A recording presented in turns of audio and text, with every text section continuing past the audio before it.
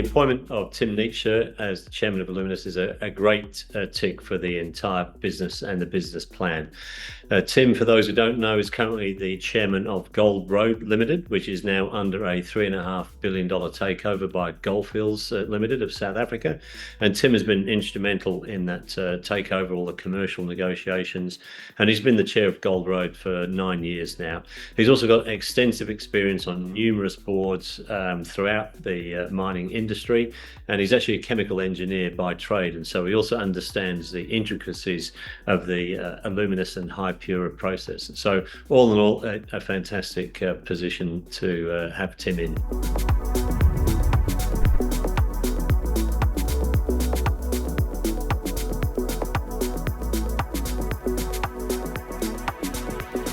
So Impact purchased a 50% share of HiPurA Proprietary Limited, which owns all of the IP and assets for a process to make high purity alumina.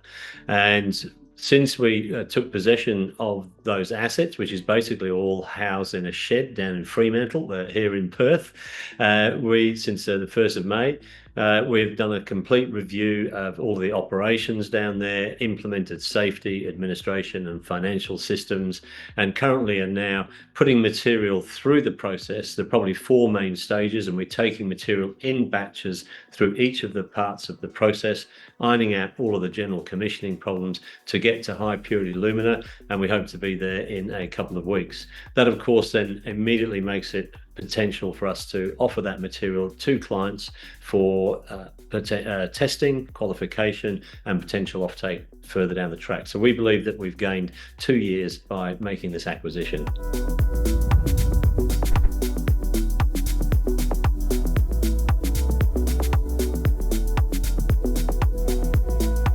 What we do at this point is always look at what HiPurA HPA Limited are doing. Their code is A4N. They've been very successful in this space, and they're currently scaling up to an annual production of about 10,000 tonnes per annum.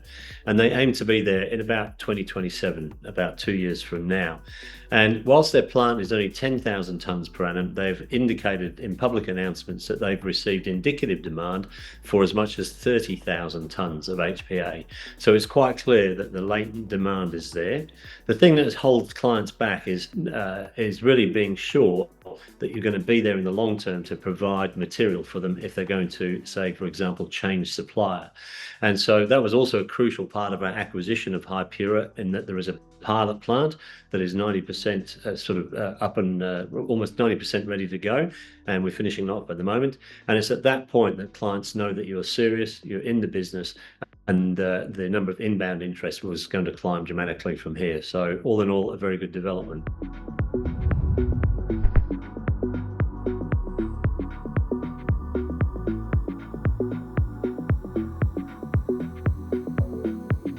The HiPurA process has a number of advantages around it.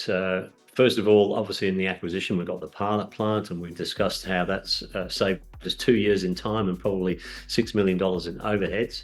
So the main aim right now, between now and the end of the year, is to get that plant up and running and get to steady state operation, at which point we'll be able to provide material of a consistent quality to our potential offtake partners. So 2026 is the second stage, which is really all about customer engagement and also doing feasibility studies to work out what the optimal size is of the next scale up of that technology. One of the beautiful parts of the technology, it is modular, it's scalable, and so we can build in increments of, say, several thousand tons per annum production at a time, rather than one big 10,000 ton per annum plant. That reduces our capex quite considerably and our requirements for debt. So that's 26, is working out what that optimal size is. In 2027 then, we look to establish a small production base, at least in North America, and that's where some of our initial inbound interest has come from, most likely in the USA, where there's a big demand in particular for artificial sapphire. And so 2027 is all about establishing that base in North America and raising funds potentially on the NASDAQ to move forward from there. So pretty exciting 2 years ahead of us.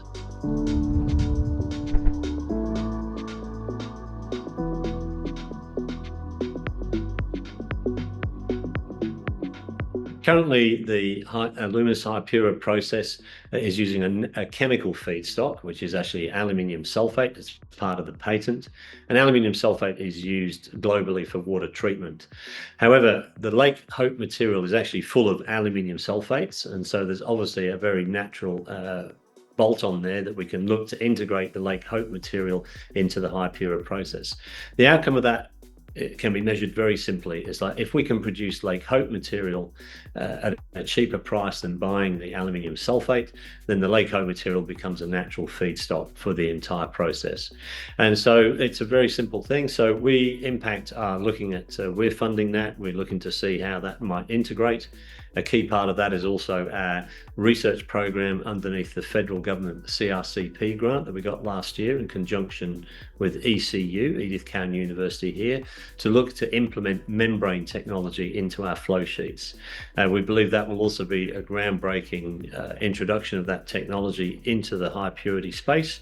And we believe that the membranes will operate in our own flow sheet and also in the HiPurA flow sheet. So there's a lot of test work to be done in the next 6 months. In the meantime, most important thing to keep your eye on is actually Alluminous' progress towards producing HPA continuously and giving that to clients, because in the end, it's all about the offtake with our partners and customers.